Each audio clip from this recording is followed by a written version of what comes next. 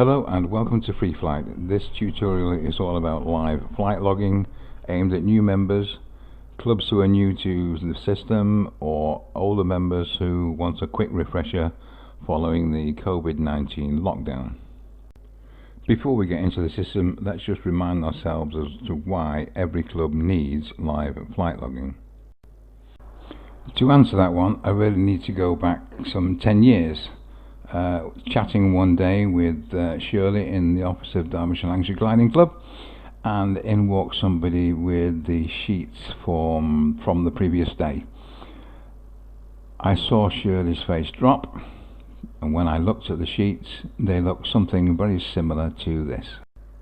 She then spent the next hour and a half first deciphering all the spidery writing, recalculating some of the durations which were wrong, entering them into the account system so that members could get their balances correctly, and then finally transferring the data into the aircraft logs.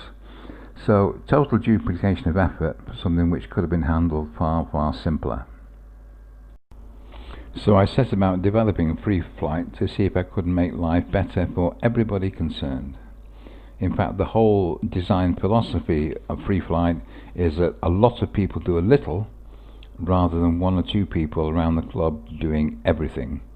So let me take you behind the scenes and show you what happens when a flight is entered at the launch point into FreeFlight. We're going to be taking a more in-depth look at the mechanics of things in the next chapter. For now, I'm just going to quickly set up the day and then go and enter a flight, and then we're going to follow that flight through all the way to your accounts and your logbooks and the aircraft logbooks. So let's go to the place where you'll spend 99% of your time. Club flights, and it's a standard club flight. You need to enter a minimum of a P1 and an aircraft. You need to then specify what the launch type is. In this case it's going to be an aerotow. The tug ident and the tug pilot are automatically filled in for us from the defaults we set up at the start of the day, and as is the tug height.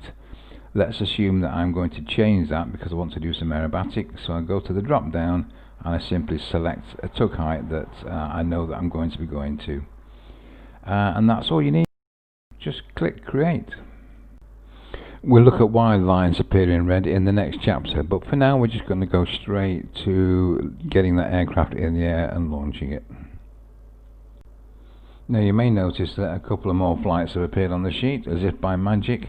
That's in preparation for the next tutorial. Right now we're just going to head for that clock symbol and click it, and immediately you notice that the flight has disappeared from the launching tab, and we'll find it in the active tab.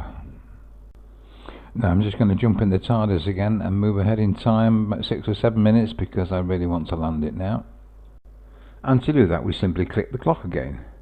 You'll notice the flight disappears, and now we'll find it in the landed tab, where you'll find that not only the duration has been calculated for you, but also the fees have been calculated, saving the office staff a whole bunch of time. Let's have a look at what else has happened behind the scenes.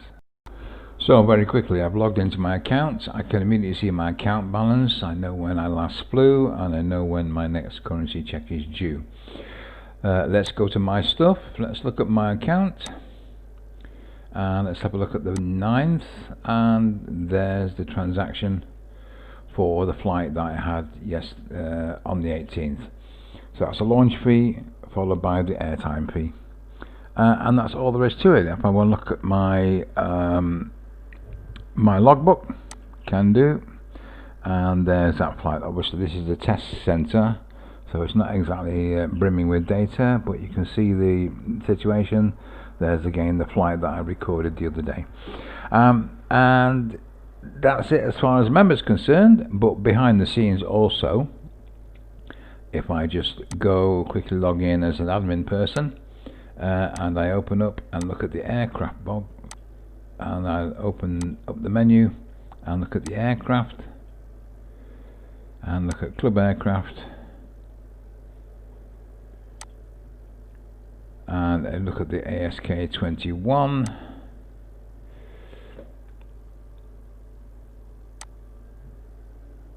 down there you'll find my flights on the 18th. So in one swift session we've recorded the flights at the launch point by a member. Nobody else needs to get involved whatsoever. The accounts are up to date, the members' accounts are up to date, the aircraft logs are up to date, your personal logbook is up to date.